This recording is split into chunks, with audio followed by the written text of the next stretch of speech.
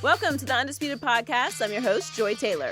On today's show, are the Cavs the team to beat in the East after cleaning house on Thursday? Plus, are the Lakers paving the way to bring LeBron to LA this offseason? And Buccaneers wideout DeSean Jackson is on set to discuss his first season in Tampa Bay and what it was like watching the Eagles win the Super Bowl. Skip, Shannon, let's get to it. We have to start with the Cavs. They were very busy yesterday before the trade deadline. 6 players are gone, including Dwayne Wade, Derrick Rose, Jay Crowder, Iman Shumpert, and most notably, Isaiah Thomas. His Cavs career lasted a grand total of 15 games. The new Cavs include Jordan Clarkson, Larry Nance Jr., Rodney Hood, and George Hill. Let's take a listen to GM Kobe Altman on yesterday's moves. We wanted to be patient, and we wanted to see this thing work out, but we were really worried that what was going on the floor and sort of our culture in the building, that we were marching a slow death, and we didn't want to be a part of that.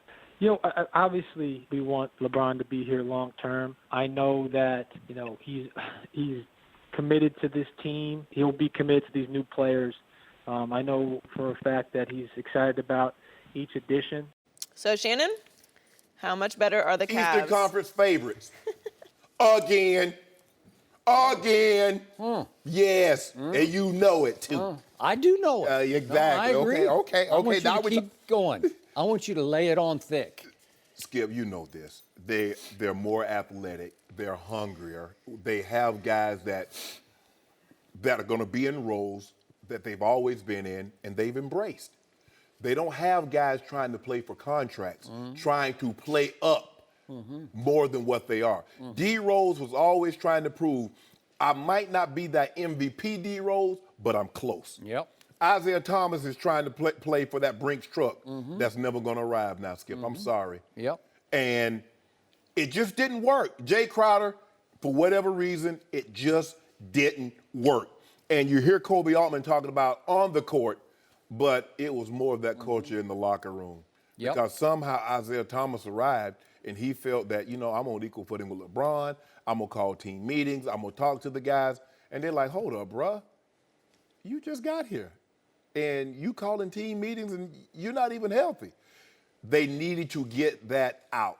And it also showed LeBron, we're not standing pat. Okay, you didn't make a commitment to us. Yep. But we're making a commitment to you this year, trying to show you that we go get you a Rodney Hood. You like shooters. We went and got you a Rodney Hood. We got you a George Hill. Yep. We got guys, Jordan Clarkson and Larry Nance Jr. We got guys that played their role, embraced their roles. You do what you do. If you remember, Skip, when they got down to Indiana, it was LeBron and those shooters that got back in the game and ended up winning.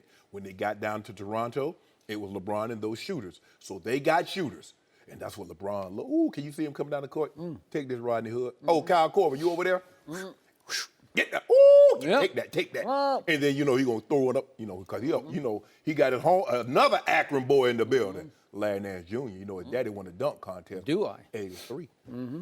Ooh, we cooking scam. Wow.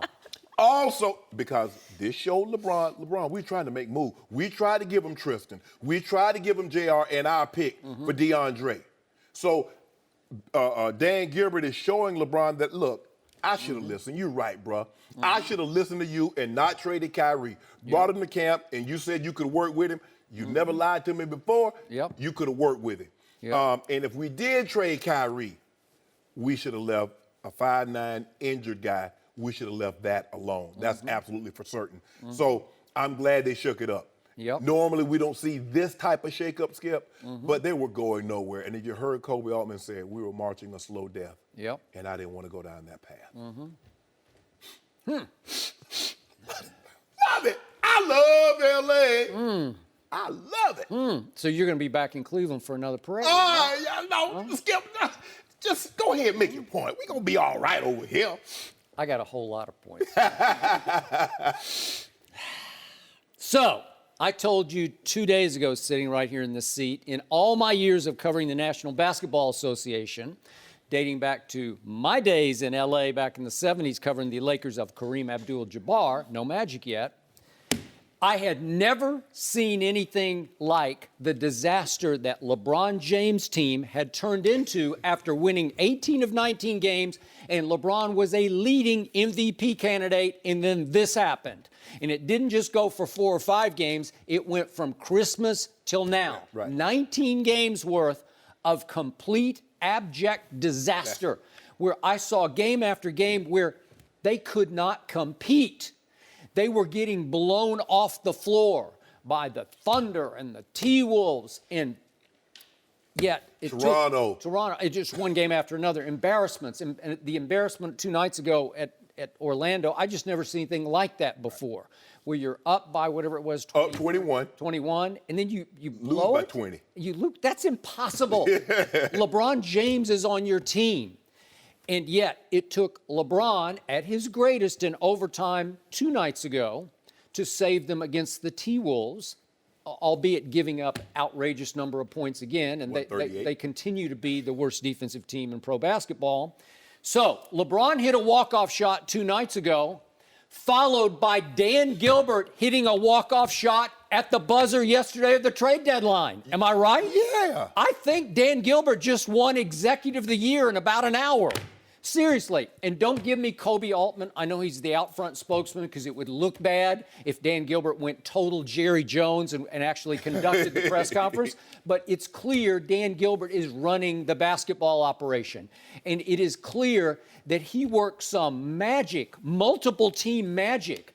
The more, as the news broke, I couldn't even process. It took me like 4 hours through the afternoon just to get it all in my head. Because they kept coming. Yeah, and how do you pull all that off? Because you managed in just like the 11th hour to flip what was obviously a sorry mess back into, dare I say, a pretty good team. Yes. And I'm with you. This is definitely now the Eastern Conference favorite.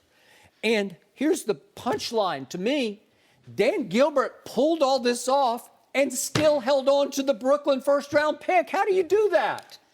He pulled that off, and he held on to the players who allowed them to set the NBA regular season record, maybe the playoff record. It was a single-game record for combined threes with the Timberwolves, because who made the threes in that game? LeBron, so he's still there. And Fourth Corver, he's still there. And JR is still there. They didn't give up JR. They didn't give up Tristan. I still think Tristan has a lot of value. I know you have your issues They tried to with give him up. Okay, but they still have him, and he is a useful player. Okay. When he decides, he can do it. He is high energy. I know he's been inconsistent energy. Yes. He's got some off-the-court issues going on. Whatever. I would be glad if I'm LeBron that he's still on my side this morning. So you kept all of the above, and the second punchline to this is you managed to get rid of your double bust from the Kyrie trade. You got rid of Isaiah Thomas, and you got rid of Jay Crowder, and you were about as down on Jay Crowder as you were on Isaiah Thomas. He had to go. He had to go. How Dan Gilbert convinced Utah to take Jay Crowder straight up for Rodney Hood? What is that about? That's like Joey. I know. You need a selfie, right? You need a selfie. You need to post that, right? Even swap ain't no swindle. Yeah. What are you doing, Utah? Utah was the hottest. I told you 2 days ago. Yeah. They're the hottest team in the West. I'm into the West because I'm a Spurs fan, and they had just crushed my Spurs. And Rodney Hood cooked them. He always cooks them. Trust me. What did 12 and 14 skip? Oh, listen, every time my team plays that team, Rodney Hood just goes berserk on them. He can shoot it. Listen, every time he hit a three, Skip on be singing, I'm so hood. Yeah, that's right. There you go. So you got Rodney Hood and Jordan Clarkson, and I got to tell you, they can both be, in their own ways, malcontents occasionally. They can both have a little pouty attitudes. They're both, but to your point, they're both used to coming off the bench. That's who they are and what they do. Mm-hmm. And those two guys can get about as hot as anybody in this league can get in spurts and surges, okay? So you've got that. Now, they can go cold, too, but it doesn't matter. If you got both of them, you can mix and match. Your turn, my turn. It gives incredible, explosive scoring power they just didn't have, except for LeBron. It had to be LeBron or bust. Now you pulled off those two guys, and Listen, Larry Nance Jr., I don't care if anybody's watched the Lakers this year or last year, he is an extremely talented overachiever who does nothing but play hard and play the right way and does not take himself seriously at all. And he is a highlight dunk waiting to happen. You got that? You didn't have that. Nope. And he can play 5. He can play center. Yeah. So you have We needed somebody. some size. Yeah, and again, you didn't get DeAndre Jordan. You didn't get that rim protector per se, but at least you got that guy. And which brings me to my guy from back in the early days of the, if we go back to 10 years ago with the Spurs, George Hill is a solid pro. That's all he is. Low ego. So you didn't bring big egos in like me, myself, and Isaiah. Yep. George Hill, solid but unspectacular. He's leading the league in three-point shooting at 45% right now because in Sacramento, he would barely take, he's only going to take the ones that are wide open, but he'll make the wide open. And he will be wide open because LeBron going to be driving and kicking it to him. I got it. And he's number 1 in catch and shoot threes. He is. 47%. That's better than Clay. That's who he is. So he will fit right in because he knows how to play. There's no stuff to him. There's no this or that. He just plays basketball. There's no extracurricular. He's not going to speak for the team after the game. He's not going to say that he and LeBron are sort of on the same level. So you mean to tell me George Hill, after he goes 2 for 15 and has a minus 25, you mean to tell me he's not going to say, when adversity hits, we go our separate ways? That's not going to be George. That's not going to be George Hill. Wow, interesting. No, I don't think he's going to do that. So that brings me back to our man, LeBron James. LeBron, the ball is now back in your court. Watch it. Dan Gilbert just swatted it right back at you and said, big man, you're on. Your turn, right? Now you're going to have to live up because all of a sudden LeBron goes from poor, pitiful LeBron, he doesn't have enough help, to guess what? He's got plenty of help, at least in the East. In fact, you can start to make the case if this team starts to click and gel, and you got to. It's going to take us a little while. Give us like we got 3 games. Like what? 3 games before the All-Star break. Give us about 7 games. Look here, you ain't even got it. I blindfold Bron. Getting them ingredients. Yep. Feel around with it with his hands. Yep. Put it in that boiling water. That dish coming out good. So, LeBron's got no more excuses. I'm sorry. I'm here to announce, and I'm going to hold your feet to the fire from this moment on. No more excuses for LeBron. Sunday we're going to bust up the Celtics. Okay, that's fine. If you do, no more excuses. If you get busted up, if you get wiped out, no more excuses. No. He went and got you help. That's all we need. In fact, I think he just put a whole lot of pressure, Dan Gilbert, back on you, Shannon and LeBron, because you're obviously joined at the hip. Yeah. You got a lot more pressure on you to stay and finish in Cleveland, Ohio now, right? Yeah, we appreciate that. Yeah. Like I said, everybody keeps saying, he helped Magic clear out cap space to get him and Paul George. I think Dan Gilbert doing what he did showed LeBron that he's willing to spend. He took on $28 million, almost $30 million more money this year alone, saying, hey, we're trying to win this thing. We always go to the finals, and we believe we have the one guy with these young, hungry guys. George Hill got his money. He's not trying to play for no contract. Rodney Hood got his money. Jordan Clarkson has his money. So we get guys that play their role, know their roles, and accepting of their roles. Yep. They had some guys, Skip, Isaiah could not. Think about this. I mean, the agent done sent Rachel Nichols a text. Isaiah isn't coming off the bench. Really? That's what just got him up out of Cleveland. I told you, Skip, you got 2 choices, Isaiah. Come off the bench or come off your couch.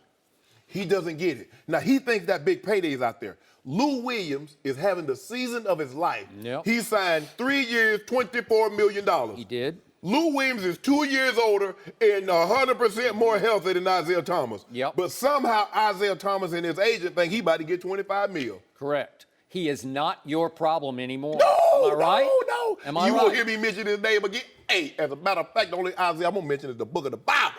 Hey, but is your name Isaiah? I ain't said it. The prophet. Yeah, I ain't said it. Yeah, there's only the one big prophet. Isaiah. The big Isaiah Thomas, not me, him, cool. Okay, but this little one was nothing but problems for me, Joy. So, you managed LeBron and LeShannon. Yep. to get rid of Isaiah J. Crowder, Derrick Rose. You got somebody to take Derrick Rose off your hand. What are people thinking? And Shump. Shump's out. Shump went to sack. So way to go. But Skip, what were we gonna do? The man would have, Joy. The man said, I need to reevaluate myself. I'm gonna get my mind clear. Dreads and a wife when he show back up. How you do that? Ankle still hurt, but he married and got dreads. So that's somebody else's problem. Like you said, that's somebody else's problem. Jay Crowder, Skippy did. The only thing I hate, I like Channing Frye. And I'm gonna miss D Wade. But D Wade's minutes were about to be reduced. You owe D Wade that, bro. Hey, look here, check this out. We got something brewing. Your minutes gonna be reduced. You're gonna have a reduced role. We got something on the table for you to return back home. You cool with that? Hey, Bron, I know that's your boy. You got him to come here, but we got something on the table for him to go back to Miami. He deserves that. He's a heater. He's a heater. A heater? Yeah, he a heat lifer. I love D Wade, but he just didn't look right without that 3 heat crosses. I agree. So he gets to go back home. Okay, I hear you and all that, and this was the feel-good move of the day, pulled off also by Dan Gilbert, who basically just gave Dwayne back to where he belonged, right? Yes. He got some conditional second round. I don't know if it'll ever even happen, Yes. but it didn't matter because you just want to get him where he Right. where it feels right, right? Yeah. I do say my only reservation about this whole day is that I do think LeBron will miss Dwayne in May or maybe if it goes that far into June because I think Dwayne was good for LeBron in LeBron's 15th year just to have an emotional backstop, just to have his guy with him. Well, he won't need no emotional backstop now because we got that clutter up out of there, Skip. We got that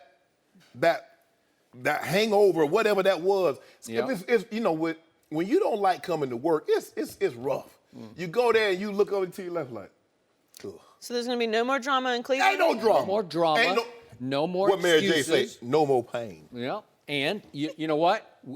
Just in like 1 hour, LeBron went from no to low pressure to extreme pressure because now the world expects LeBron to get back to, I've lost track, how many finals? About to be 8. Eight straight About finals. to be 8. And there might have been a moment yesterday where LeBron sat back and said, oh no, I'm going to lose another final. No. Right? I mean, Skip, look, the Warriors got this. Look, we're not worried about the Warriors right now. We'll cross that bridge when we get there. Now, here we are. We 10 miles from that bridge, and you worried about the bridge 10 miles in the distance. We worried about right now. Well, this is the left face on Mount Rushmore we're talking about, right? Yeah. So, we're going to bust the Hawks up tonight. Okay. Well, I hope you do since they're the worst team in the East. Skip, we only got 6 players. Okay, you got one. You got the best player on the planet, quote, unquote. He just played 48 minutes. It doesn't matter. He had a walk-off. He's re-energized. He's revitalized. Am I right? Skip, the man, he just told you, I played 48 minutes. I'm 33 years of age. I wasn't trying to go to another overtime. Is that the excuse machine?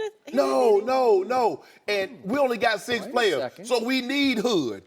We need these guys to come on in. But I tell you what, even if we don't have them, we got something on tap for you on Sunday. Yeah? Yeah. Huh. Get out of church early. Really? Okay. Get out of church early. Yeah. Is Pastor Shannon going to be preaching? No, he's going to be preaching at, like, what is it, 3:30 Eastern time? I feel like Do you realize going on. your jubilation? What? It has a little asterisk at the bottom. what? You better live up now. You can't. You realize all the excuses just went right out the window thanks to Dan Gilbert, the man LeBron can't stand. Yeah. Right? It was a beautiful move because Dan Gilbert just flipped the script and said, "Okay, LeBron, you're on." Sometimes, Skip, we have to make peace with the devil in order to get the passage. Okay. So Dan Gilbert held up his end of the deal. Yeah. Bron's going to do what he always done for the past 7 years. Yeah. As a matter of fact, for the past 14 and a half years, because it's year 15, he'll hold up his end of the bargain. Have you ever known Bron? I've known him to lose 5 finals. I don't know. I know a guy that just lost a Super Bowl. Yeah. To a backup Yeah, but he has quarterback. 5 rings. To a backup. Yeah. What backup, and LeBron? meanwhile, while he was losing the Super Bowl, he set the all-time passing record in any playoff game ever. Hey, you know what, Skip? That'd be a nice footnote. That'd be a nice little footnote. Oh, did you see that parade yesterday? We're going to talk about the parade. You see old Nick Foles? Throw them Foles. Get the trophy. What was time? Hold up. Where is episode 7? of Tom. It's episode versus- 6. It's episode 6. Where's the Don't six? get ahead of yourself. I guess they're still they got to working on the recut it. footage. They got to You know what? recut it. I think it's time for Braun versus time now, I right? don't know. Braun versus time. I want to see We've it. been living Braun versus time since Braun came into the league. Yeah. Skip, what y'all? He just got like 10 years younger in 1 hour. I mean, he was putting How them. did he do Joy, that? you noticed he was putting them things out 3, 4, 5 Yeah. came out like back to back. I'm like, wham, wham. I'm like, what? They always said that the final episode was They got to recut. TBD. They got to recut it. The ending is not Sure, quite. they had 2 versions, right? Yeah. Joy, yeah. I know my partner pretty well, and I'm seeing this look in his eyes where he keeps trying to change the subject. I'm where happy. he knows what just happened. In his jubilation, he realizes, uh-oh, I can't make any excuses. I don't on. have Isaiah. You better hope that Kevin Love comes back quickly so you have a scapegoat. You need your scapegoat back. Let me ask you a question. Right. All the teams in the East, name the team that has the king. One team has a nuclear weapon that was on display last night named Kyrie Irving, and we'll talk about him in a little bit here. Man, stop it, Skip. That's like Pakistan going against us. They might have a You nuclear. just call them Pakistan? Yeah, and we the U.S. with hear this that, artillery Congress? we got. We got bunker busters, we got cluster bombs, we got everything. I Yeah, was you thinking, got it all. this morning, Kevin Yeah. Love's got a. Yeah, it's a little piece of Kevin Love that's probably feeling a little good right now. Kevin Love said, yeah. He's kicking Now- his feet up. Now he can go ahead and get the entry pass. He ain't got no problem with the entry pass because we had a guy that couldn't even throw it over this cook. Yeah. Good luck to you, Shannon. No mercy. Hey everyone, it's Joy Taylor. The Undisputed podcast continues in a minute, but first I wanted to bring in Shannon Sharpe to talk about one of our sponsors. Thanks, Joy. Hey guys, Shannon Sharpe here with a quick word from Pro Flowers and Sherry's Berries. With Valentine's Day right around the corner, the last thing you want to do is pick a wrong gift. Making a big impression is key. Pro Flowers and Sherry's Berries have teamed up to help you really impress your Valentine this year with their perfectly paired collection. Go ahead and think inside the box this Valentine's Day. This is really a one-of-a-kind gift. Your flowers and dipped strawberries will arrive together in a beautiful, specially designed box that will keep your flowers fresh and your berries cold, guaranteed. Right now, Undisputed listeners can save 20% on any one of their perfectly paired combinations or any other gifts over $29 with the promo code Undisputed. And take it from me, these flowers are gorgeous and the dipped strawberries can't be beat. Pick the delivery date and it's guaranteed, and customer satisfaction is always number one or your money back. Hurry and order today. Valentine's Day is next week. There's only one way to get 20% off a perfectly paired gift over $29. Featuring beautiful blooms from Pro Flowers and freshly dipped strawberries from Sherry's Berries. Visit proflowers.com today and enter the code UNDISPUTED at checkout. That's proflowers.com, code UNDISPUTED, and you'll get 20% off this perfectly paired gift. Now, let's get back to the show. No mercy. Isaiah Thomas is out of Cleveland. He only played 15 games for the Cavs and was traded to the Lakers before yesterday's deadline. It appeared that Thomas was a major cause of some of the drama in Cleveland.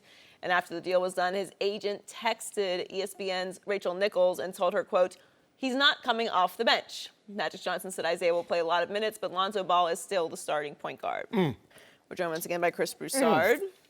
But first, Shannon, what is Isaiah's future? What is the future for a 5'9" injured guy that's shooting 35% from the floor and 27% from the three-point line? See, Isaiah still wants to live in that season that he had, that anomaly season, where he averaged basically 30 points a game. Well, there's a big market for a guy averaging 30, but there's not a big market for a guy that's 5'9", averaging 15, shooting those numbers. Lou Williams got 3 years, $24 million. Lou Williams could have easily been an all-star. I don't know what Isaiah's thinking. He has to get out of his head. He's not that guy right now, and he might not ever be that guy again. That was in Boston. They're not going to pay you on what you did 2 years ago, Isaiah. You have to show them something now. You're injured. You're doing more damage to your brand, to you getting this contract than you previously thought. Because not only is your play bad, you're becoming toxic in the locker room. So that is a problem. See, there's a big market for a guy averaging 30. A lot of teams could use a guy like that. But at 5'9", see, teams will overlook a defensive liability. Enes Kanter can't play a lick of defense, but he's going to give you 18 and 12. So you're going to accept that. Isaiah, you got to change your attitude, bro. Or you be playing for the mid-level. And let's understand why Isaiah even averaged 30. Now, he was a good player off the bench. He was a spark plug. He'd come in and give you 20 points a game off the bench. You can use that. But he only averaged 30 and was in the MVP race because of Brad Stevens' system, which offensively was completely built around him. You had no other star players that needed the ball. And defensively, they had the players and the system to protect him. Correct. He was never that real consistent 29-point scorer. I don't even think he's a perennial all-star type player. No. Okay? So that said, the Lakers have no need for him whatsoever. What people are missing is that this was a power move by Rob Pelinka and Magic Johnson. What they do last summer, they gave Kentavious Caldwell-Pope, a Rich Paul client, $18 million for 1 year. Way overpaid. This year, Isaiah's a problem in Cleveland. You want him out? We'll take him. We'll take him. You know, political moves. I'm not saying it's going to end up in LeBron. We'll see. But just making it a real nice relationship and doing favors for Rich Paul and the LeBron James team. So that's something we have to watch for, too. He will not be in L.A. next year, especially if they want to get LeBron. You know, he will not be there. Maybe they don't need him now. And I'm with you. I was talking to an executive on the way in this morning, and he was saying he's thinking mid-level, which is about $8.5 million. And I do feel bad for Isaiah because he's never had that payday. He's 29 years old. You look at the guy, this is his last chance to get that payday, and you look at some of the guys, Allen Crabbe, Evan Turner, Chandler Parsons, some of the guys who haven't done half as much as he's done in the league. Yeah, Batum. You could go on and on. I could probably name 25 to 30 guys who haven't done half as much as him who got huge deals, and he's not going to get it. Not only because of his injury, because of his recent play, but the market has dried up. Teams are going to have to make up for the money they spent these past 2 years. And they're going to do it by not giving out these huge deals. So I feel for him because he's not going to get that payday that he deserves. So I've never seen anything quite like this because all of a sudden Isaiah Thomas is playing for his NBA life in the next 29 games for the Lakers because I've seen next to nothing from him in the few games he played in Cleveland because he's not healthy. And it looked like he gained a couple of extra pounds that he can't stand to try to carry. And he lost lateral and vertical quickness. And you just can't at 5'9". Now you've lost your strengths, your attributes.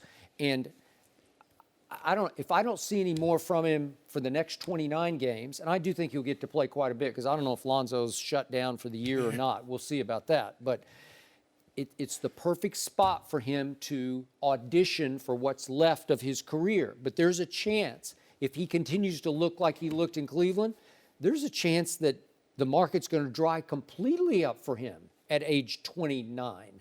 Because you look back at the one Boston year in which he finished 5th in the MVP race, you look at he's behind Russell and James Harden, Kawhi and LeBron. I mean, then he's 5th. Yeah. And all of a sudden, he's a shell, right? Did you see any of that from him? No. But he fell into ball-dominant green light heaven under Brad Stevens with no other scoring option because it's Avery Bradley or Jay Crowder. That's your 2 and 3 options. Yes. Well, they're offensively challenged, both of them. Al Horford, Marcus Smart. Okay. But now you have a real appreciation for what Kyrie was able to do. Kyrie averaged 25. And it never looked like it was chaotic. It never looked like LeBron had to pull the ball from him. It never looked like Kyrie had to pull the ball from LeBron. Because LeBron would have had no problem. I agree with that. They had great chemistry. Yeah. Great chemistry. LeBron had no problem, Skip. He would pass the ball to Kyrie and go stand in the corner. Do what you do. Yeah, and vice versa. They exactly. Yeah. But Isaiah was in a situation, as you mentioned, when he's the guy. They're going to do everything. They're going to set picks, multiple picks.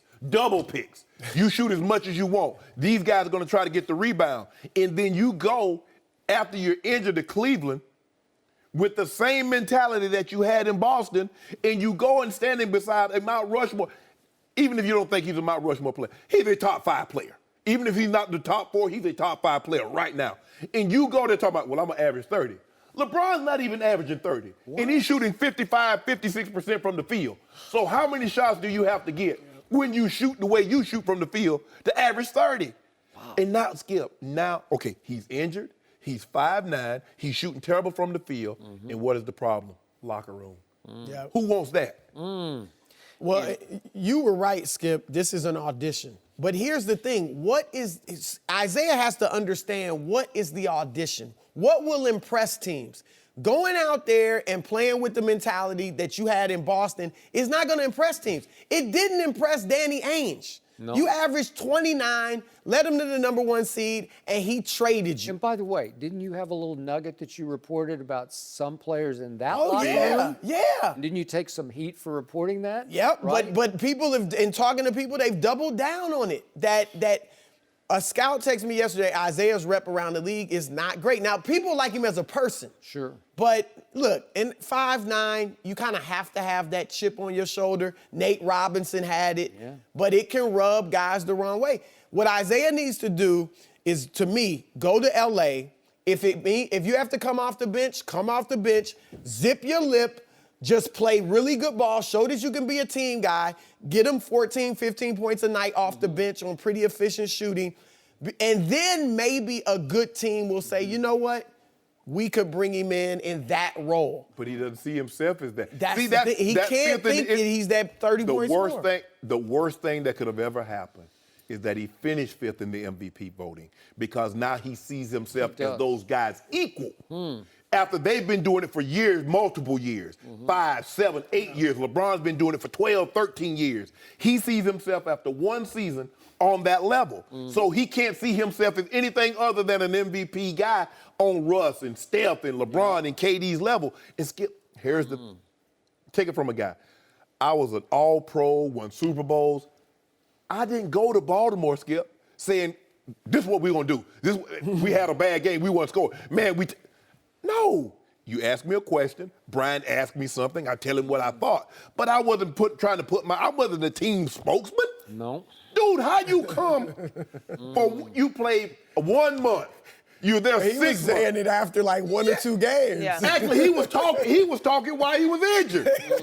Talk about what he gonna be when he get back. So, the bottom line of this could be a very sad bottom line.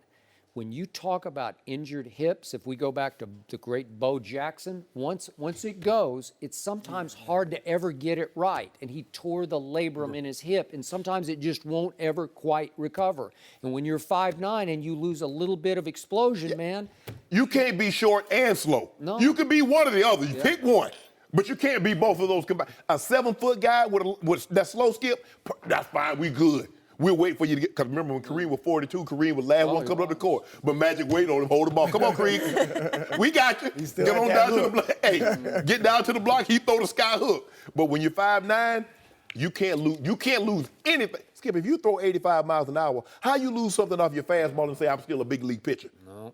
Unless you can trick them, and you can't trick them at 5'9". Oh, yeah. Right. Greg Maddux could do it, but then when he went into the 70s, Greg Maddux like, I got to go. Yep. It's really unfortunate coming off of Isaiah in Boston, because he was he was a darling. Most of it was based off of the talking. Yeah. But so I don't he would think be still, I think, a sympathetic figure if he hadn't done that. He never got over that, Skip. He still never got over being traded. He still talked about Boston and how they did him wrong in the docu-series. He never got over that. How could, I don't get why they trade, you don't get why they traded Kyrie for you. You don't? He doesn't see himself that way. Well, there's not going to be any Isaiah Day this Sunday in Boston. That's what he done missed it. They're done. He, Chris, thanks for joining us. Paul Pierce? No mercy. Hey, everybody. Joy Taylor here. Thank you for listening to the Undisputed podcast. But I wanted to tell you about another podcast at Fox Sports that we are really excited about, and that's Alexi Lalas's State of the Union podcast. That's right. U.S. soccer legend Alexi Lalas will be partnering with Fox soccer guru and researcher extraordinaire David Mosse to review the top storylines in soccer across the globe. Each week, Alexi will give his State of the Union on American soccer as it rebuilds for the future. So go subscribe right now and listen to the first episode for free on Apple Podcasts or wherever you get your podcasts. Now back to the show. No mercy. The Lakers were active before yesterday's trade deadline, sending Jordan Clarkson and Larry Nance Jr. to the Cavs for Isaiah Thomas, Channing Frye, and a first-round pick. Isaiah and Frye have expiring contracts, so the Lakers could have as much as $70 million in cap space, which would allow them to sign 2 max players. Magic Johnson talked about the moves yesterday. Let's take a listen.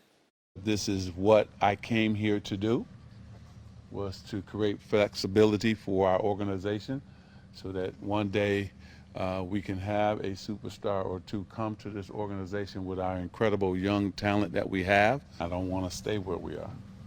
I don't want to be on the outside of the playoff looking in. You know, we have to take another step. Shannon, how would you grade Magic's day? A++. For the next 2 years, Magic Johnson is going deep sea fishing, and he's looking for big fish. So 2018, you got LeBron and you got Paul George. If you don't catch one of them or both of them, in 2019, you got Klay Thompson, you got Jimmy Butler, you got Kawhi Leonard. So for the next 2 years, he's gone out on a fishing trip, Skip. And wow. Think about all the guys that's coming off these books. Brook Lopez, $22 million will be gone. Channing Frye, gone. Isaiah, gone. They could decline the option on Julius Randle. Good God Almighty. Magic, he did it. I don't know how, and he got a first-round pick out of the deal because he traded with Cleveland. He did. Now, you're about, well, that pick is going to be way down there. Yeah, so was Kyle Kuzma. He was way down there. He was. Hey, so you never know. And this draft seems to be really, really deep. Who knows? They might swing, hey, put that draft pick that they got from Cleveland with some of that young talent and move on up in the draft. Skip, he did an unbelievable job. I mean, they cleared out. I mean, they're going to have $70 million. And can you imagine had Boogie not gotten hurt? They'd have been major, major, major players. Because now you got 3 big fish that's up in 2018. You got 3 in 2019.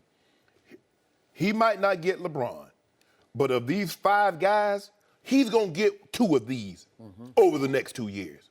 Now, I know Klay Thompson's dad says he loves Golden State.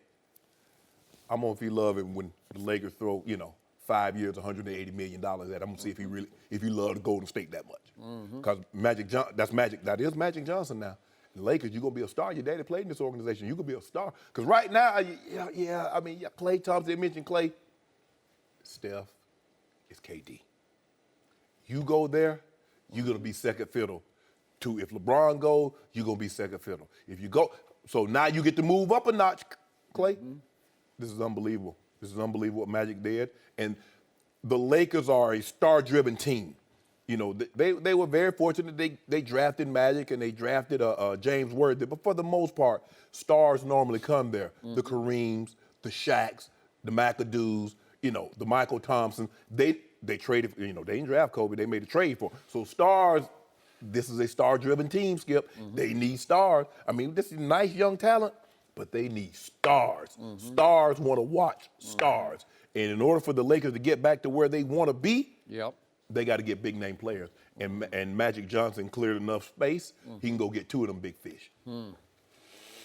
So my letter grade for Magic and company for what they did yesterday was a T, and then a B, and then a D, because it's to be determined. I can't give them any letter grade yet. I got to see what they turned this into. Oh, okay. Because what they did yesterday was predictable to me. What they did was good but not great, because it's just business as usual. They clearly are angling, maybe not even for next year, but for the next year.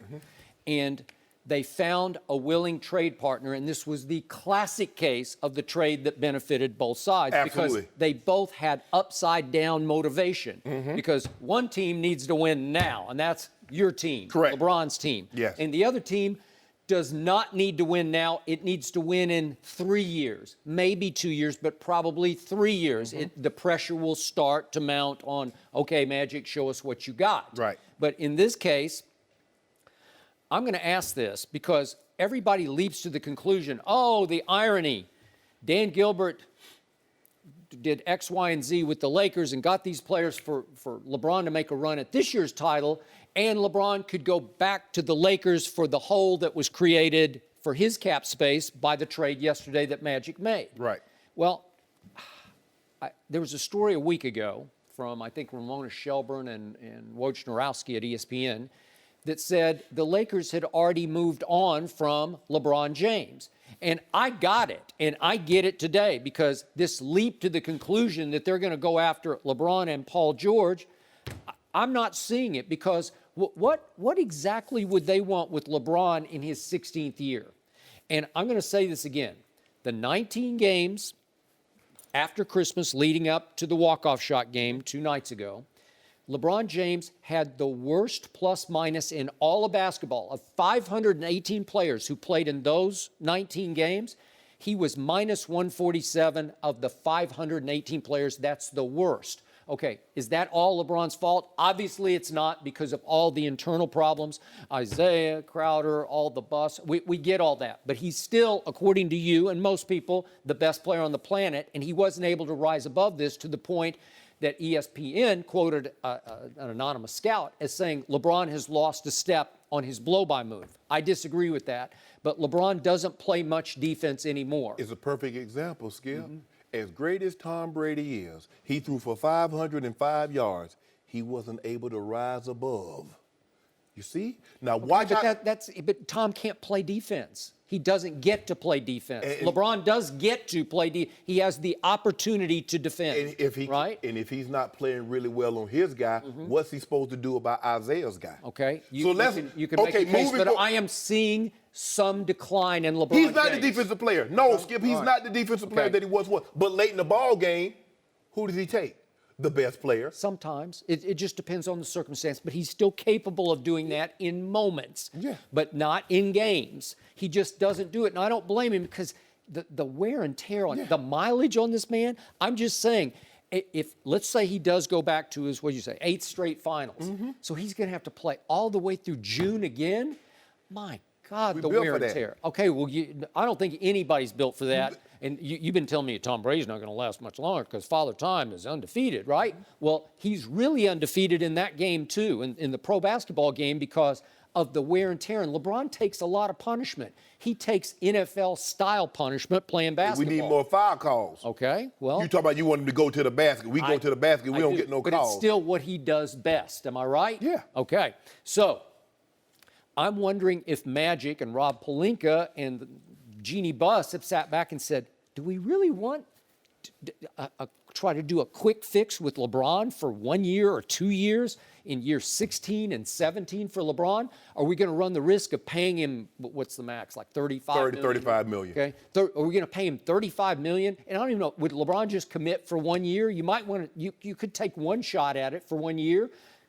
Is he going to want more? Is he going to want his retirement deal? Is he going to want a 4 or 5 year deal? He might want 3. He might want 3. Okay, are you willing to pay that 3rd year? Yeah, you pay LeBron James. Do you know? I don't know. Do you know what? Do you know what happened to Kobe Bryant in his waning years? Did it not get hard to watch? That was the only reason people were coming. I don't know. LeBron's gonna be worth it. LeBron is worth. First of all, LeBron hasn't had any major injuries. Kobe tore his labrum, he knee, fell apart. He tore his Achilles. Yeah. So, but Skip, when you get all this payroll, when you realize that IT and Channing and Lopez and KCP, all these guys, they moved Clarkson $12.5 million off the books. Basically, they're going to have guys, they're going to have Kuzma making 1.3. They got guys, Josh Hart making 1.3. They got Ingram making $5 million. So basically, they're going to have 4 guys making about $8 million. And then all this space. So you can get 2 guys, max guys, and a mid-level guy. Yeah. They're going to be set pretty. Magic did a great job. Because if he doesn't clear the space, it doesn't matter. TBD doesn't matter. Because if you don't got the space, you can't do anything to begin with. No, I got it. But you can also be all dressed up with no place to go. Because you can have all this cap space. Sometimes I do that. Sometimes I got these little nice clothes, George. I just get dressed and just look at sit on the bed, look at myself in the mirror like, dang, that's nice. When you find you got it? Yeah. When you find some place to go, boy, hey, they're gonna like this outfit. Like when you see me at the Westminster on Tuesday night. On Tuesday night, Joy, I got something. Plug, Shannon. You're best in show, right? I'm best in show. I'm best in show. I'm gonna beat somebody. Yeah. Well, to me, the best thing Magic has done so far is to steal Kyle Kuzma at the bottom of the first round. So that was, then Well, he selected Lonzo. I thought you liked that. No, I know. Well, that's like a done deal. That's like a gift. That was a great thing to do because he fell in his lap thanks to Philly. He gonna play Philly anytime. He gonna play anytime soon. Okay, well, that brings me to another question. I'm starting to think, and this is just my 2 cents from a distance, but I'm starting to think that Lonzo's kind of just saying, you know what, Luke Walton, you take it the rest of the way. You're a genius. You know, you take the rest of the year. I'm going to take the rest of the year off. They done beat the Thunder twice. Yeah. But who played last night? Did Russell play last night? They beat them this time when they had Russell and Melo and Steven and Paul George. Yeah. But I remember when Lonzo was playing, they almost beat Golden State twice, and they went to Houston and beat Houston at Houston. Hey, they say we ain't almost beat the Thunder. We did it. Ain't no almost. Oh. So you think they're better off without Lonzo Ball? Did you say that? All I'm saying. Did you get that on tape? Hold on, if you don't mind me asking, were the Eagles better off without Carson Wentz?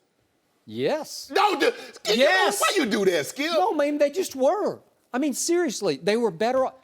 Carson Wentz couldn't have played as well as that guy played. Played that was better. An all-time run. No, but Carson Wentz about to have 500. Yeah, you think Carson Wentz could have beaten Tom Brady in a Super Bowl? I know he'd have caught that. I know he'd have caught that ball just like like Foles did. Well, and that brings me to the final issue that Magic is going to face. What? Will any free agent hesitate because LeVar Ball is involved in this whole situation here? We might offer a package. Somebody we might really like in the draft. We'll offer you him. LeVar, Trade Lonzo. Yeah. You're a we for the Lakers now? No. Well, I mean, I think you're just so used to saying it that you just say I mean, it you know, whenever with you're talking Bron, I mean, about Bron any might be team. there. I mean, Bron might be there. That might be one of our, in our contract. Okay. Well, I'm starting to like the next Oh, you like year's 2019? I mean, because I'm looking at this. Kawhi Leonard is a possibility. Klay Thompson, Jimmy Butler, Kyrie Irving, that nuclear weapon up in Boston right now. But I thought he was gonna be re-signing with Boston. Whiteside. What about?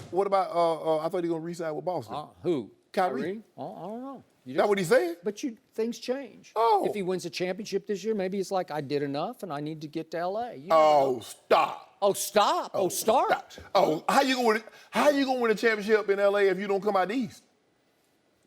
Huh? What? How you gonna win a championship if you don't That's come right. out the The east? East is over now. You don't know who in the East. Yesterday. Oh, it's over? That You mean they beast. called it off? That's 6. Are they still going to play out That's the rest of the 6'8", games? 250 beast I out of think- Akron. I think there are like 29 games left, or are they just going to call it off now? You remember Super Pac-Man? He eat that chair, he get real big. He got Rodney Hood. He started to grow up. Really? Rodney Hood. And so you realize good. you didn't add any superstars now. We don't need that. All right. We got the star. We got a supernova. Yeah. I think you're going to miss Kyrie more than you think, because you already did. You already admitted it. Yeah, Skip. You know it. Skip. You can Kyrie mix was and match. Kyrie was great, but Kyrie ain't coming back. No, he's not. No, he's not. No mercy. Our next guest is a 3-time Pro Bowler, and he just finished his first season with the Tampa Bay Bucks. DeSean Jackson, welcome to Undisputed. What's going on? How y'all doing? Good. Thanks for coming on, bro. Yes, sir. Thanks for having me. I'm not trying to suck up when I say this. I'm just going to state a fact that I have long believed. This man is the greatest deep threat in the history of this game, even beyond a Randy Moss or a Bullet Bob Hayes. I have never seen anyone run by people the way he can run by people. Even Randy Moss, obviously, is a Hall of Famer, first ballot. But this man can flat fly.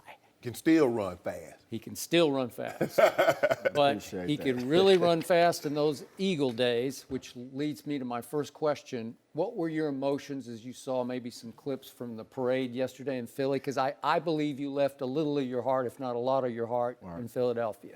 And I was excited for them, honestly. That was a long time coming. 1960 since they won a Super Bowl, Yep. or a championship. We ain't even gonna say a Super Bowl 'cause Yep. back then it wasn't a It Super Bowl. was- But I was rooting for them, honestly. There's a lot of guys there that, when I was there, a lot of guys came in like Fletcher Cox, Brandon Graham. So I was definitely happy for them, and I wanted to see somebody else win besides the Patriots. The Patriots, we all know Tom Brady's greatest of all times in my eyes. So I was ready for someone else to win that. I was happy for them dudes. Did it hurt at all that you weren't able to be a part of it? Honestly, man, I'm not a hatred guy. You know, I'm happy for them. I didn't have no bad feelings, no bad taste in my mouth. I was really like 100% rooting for them. You know, so my friends were saying the Patriots gonna win. One of my boys loved the Patriots to death. So I'm like, nah, they gonna lose this one. So I really had a gut feeling they was gonna win. I'm definitely happy for them. But you did have some bad feelings about how you parted ways with that organization, Sure. Chip Kelly. Right. It looked like they were trying to discredit you on the way out as they shoved you out the back door. Yeah. Now that your emotions have settled on all that,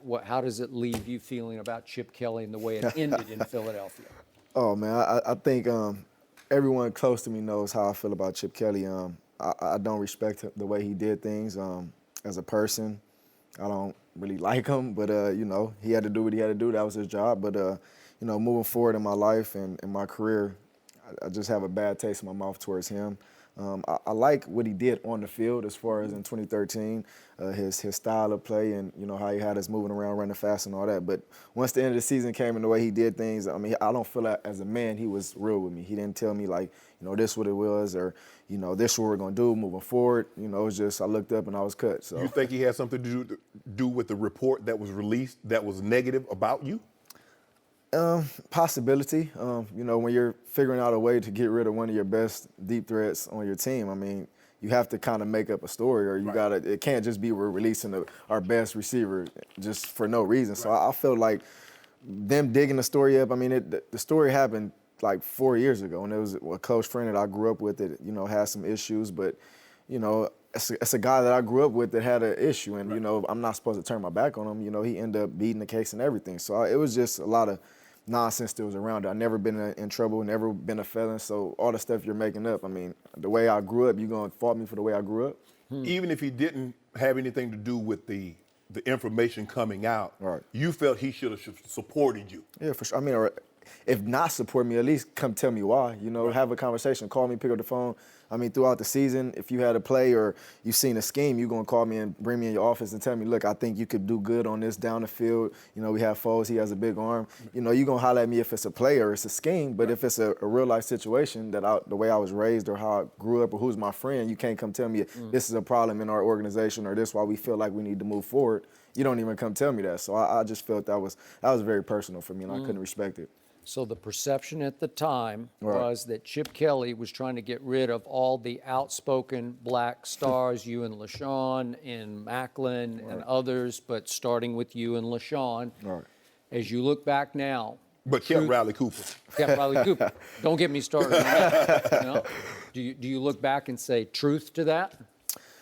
I look back and say what we created in Philly around them times. I think we had a great team. We built a great camaraderie. You know, McCoy, me and him still talk to this day. It was a bitter taste in our mouth because we felt what we created there back in the young days. I mean, the Philadelphia Eagles back then with me, McCoy, Vic, Macklin. I mean, we had some dangerous weapons, and we felt like if we was to continue to be there, I mean, we would have been enjoying that parade with them guys. But I mean, like I said, it's not a bitter taste. You know, you move on, things happen in life. No racial undertones? No. I'm never that type of guy. Like I said, I just personally how I feel about him, I don't respect him, and you know I can move forward. I ain't got to deal with him ever in my life, but what he did, I don't respect him for it. There's a quarterback that's gonna be a free agent. You played with him a couple of years in Washington. Right. Kirk Cousins. Skip says he's a what'd you call him? Underconfident overachiever. Ooh. I'm not buying, but How good is Kirk and how good can he be? Kirk Cousins, he's a great quarterback. I'm gonna have to give him the respect. great's a strong word now. I mean, look at the numbers. I mean, if we're gonna I got one number for you. What is it? Playoff what? No, 25 and 31 as a starter, so he's 6 games under 500. I mean, winning, I understand that. This league is based on a winning percentage as a quarterback and a starting quarterback in this league, so I can understand that. As far as the statistics stats, I mean, you know, getting guys involved. I mean, it's obviously we're going to put the winning on a quarterback, but you have to have the intangibles around. You have to put guys in place. You know, Tom Brady has all these pieces. You could call it a scheme. You could call it players, whatever it is. But you have to put people around him to make him better. Now, will he distribute the ball to, you know, when I was there, P.R. Garcon, Jordan Reed, Jamison Crowder, you know, I can keep going on and on. I think he has the intangibles to be a franchise quarterback and to go win a championship. Now he needs the pieces to the puzzle to be put in place, but I think definitely he deserves what he's done. You know, he's put the stats out there, and as far as winning, I get that part. He's under 500 winning, but I think he can do everything he needs to do to win. And by the way, as you know, I'm a Cowboy fan. Oh, man, come on, man. Kirk Cousins ended up 1-6 against the Dallas Cowboys and lost all 4 games at home. Right. And you remember one of those games was on a Monday night against Matt Castle. And you caught a big late touchdown pass After that I looked fumbled, like, right? you know, you fumbled, but then you caught a big one that Right. put you guys ahead. Definitely. And then Matt Castle beat you, but whatever. No, you're right. You're right. Okay. But I mean, like I said, I think he's deserving of whatever's coming forward to his, you know. He's going to his make way. a bunch of money. Yeah. Maybe from your Denver Broncos. Cleveland, I wish him the best. man. Arizona. Somebody's going to get into the It's bid going to be a hot market for him. So Isaiah Thomas got no market, and Kirk Cousins, it's Big market. only in America, right? Lord. No mercy. Jimmy G is a very rich man. He signed a 5-year contract extension with the 49ers for just under $138 million yesterday. It's an average of over $27 million per year, making it the largest deal per year in NFL history. Garoppolo is 7-0 in his career as a starter, including 5 wins with the 49ers. Shannon, will Jimmy G be able to live up to this deal? Yes, and this is the going rate. And in a couple of years, Skip, this might look like a steal because you know Aaron Rodgers because if he got that, can you imagine what Aaron Rodgers and Matt Ryan are about to get? Drew Brees is going to get for 2 years? Skip, he's accurate, he's mobile, and the greatest stamp of approval a quarterback can have. Bill Belichick was going to be willing to part ways with a 5-time winner, possibly a 6-time winning quarterback, and put him as his quarterback. He was. That's all I need. Yep. He saw 18 years of Tom Brady. He knows what Tom Brady is and what he represents. And he was going to be willing to part ways with that and insert this young man. Yep. Here's the thing. Do you really want Jimmy Garoppolo to get to the free agent market? The Cardinals need a quarterback. The Browns need a quarterback. The Broncos need a quarterback. That's the one position that if you don't have, you can't put enough pieces around it and be successful. So, and you gave up a second round. So let me get this right. You're going to give up a second round pick. You believe the guy. You give up a second round pick, but then you're like, nah, we're going to let him hit the free agent market. That's foolish. I have no problem. He has Kyle Shanahan. We know what Kyle Shanahan can do with quarterback. Matt Ryan looked as good as his 2 years with Kyle Shanahan as he has at any point in time in his career. I believe he'll have the same impact on Jimmy Garoppolo. I know it's these numbers, and I know what people are saying. He's only had 7 starts. Free agency is not really about being good. It's about being free. Jimmy Garoppolo's free.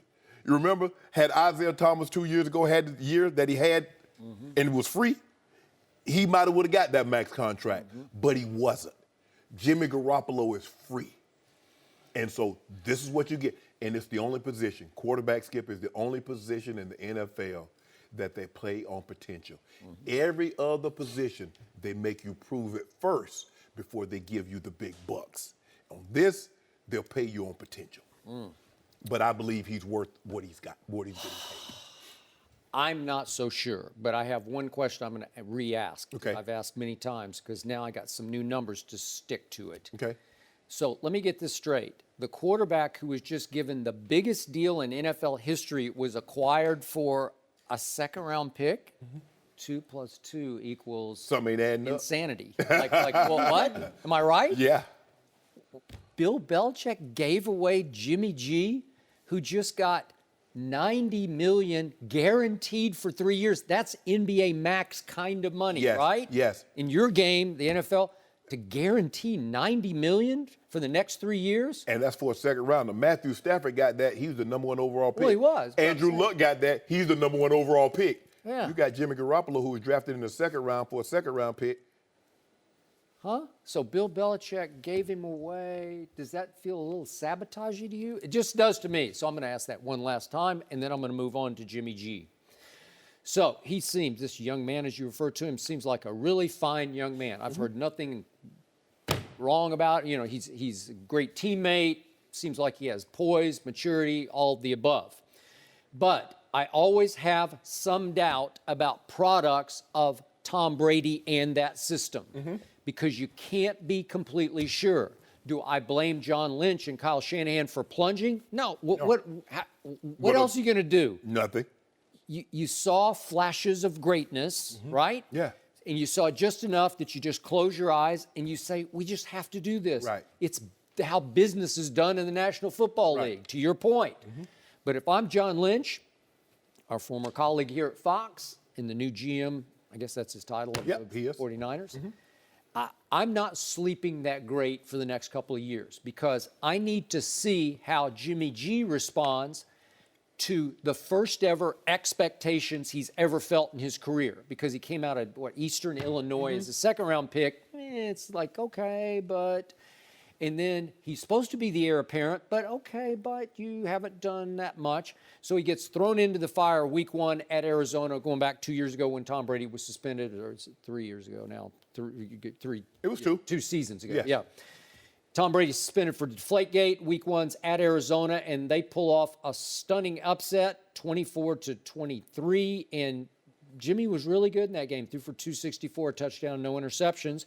And yet, did you expect that much going in from him that day? Probably not that much. Then he goes home against your Dolphins, who weren't all that great. They were pretty good, and he pulls off a 31-24 victory.